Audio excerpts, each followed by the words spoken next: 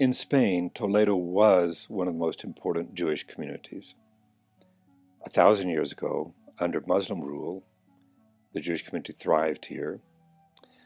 But then after the Christians took over, their circumstances began to change. And 500 years ago, Jews were expelled from Spain altogether. 2 synagogues remain from that time period, and we know where the old Jewish quarter was. Some of the houses are there, the streets. The Ibn Shushan synagogue was built in 1180 and is perhaps the oldest existing synagogue in Europe. Today is one of the few reminders of the Jewish presence in Toledo, and standing in the building, one is moved by the beauty of its columns. It is not the same as it must have been. Toward the front, where the Ark and the Torah were once located, we do see a Christian cross and other indications of Christian presence.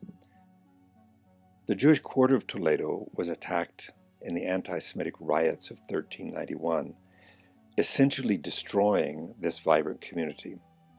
Later, the firebrand evangelist Vicente Ferrer entered the Jewish quarter under armed guard and confiscated the Ibn Shushan synagogue in the name of the church.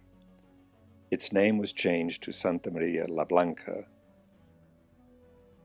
Just down the street is the Sephardic Museum, which is located in the other surviving synagogue.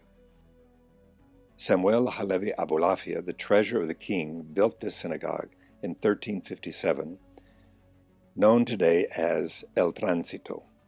The ceiling has decorative patterns of inlaid ivory, and under the windows, atop the towering walls, long lines of psalms are written in Hebrew script.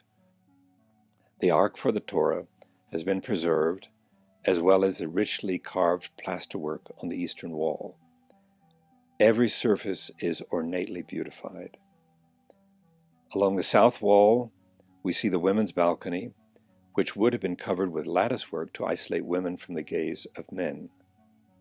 Women could observe the liturgy, but they could not participate.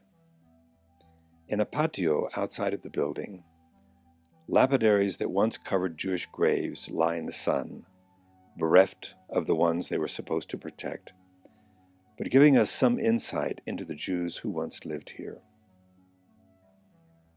Over the last 500 years, Jewish Spain has lived in the netherland of Sephardic memories.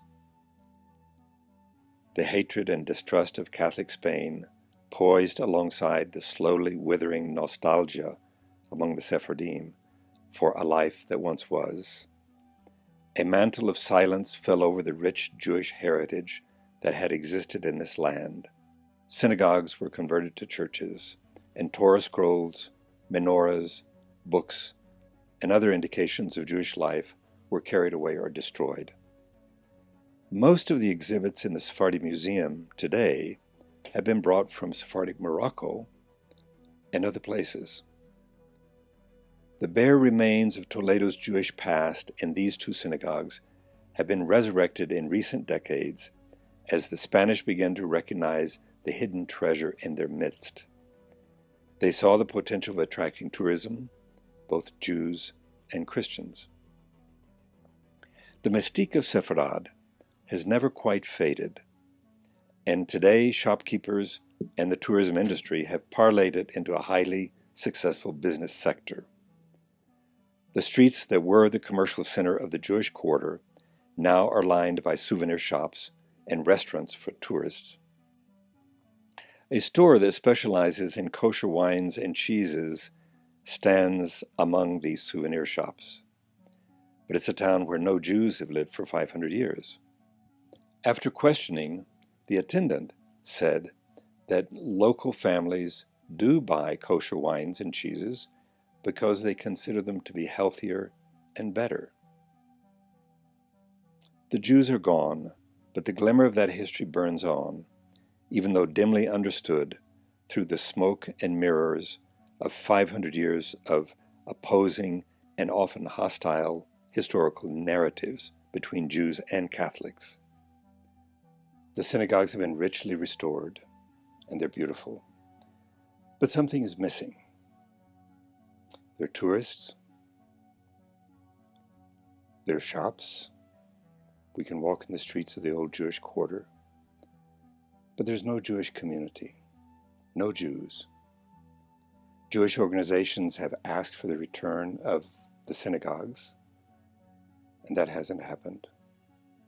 So we have a celebration of Judaism, but without Jews.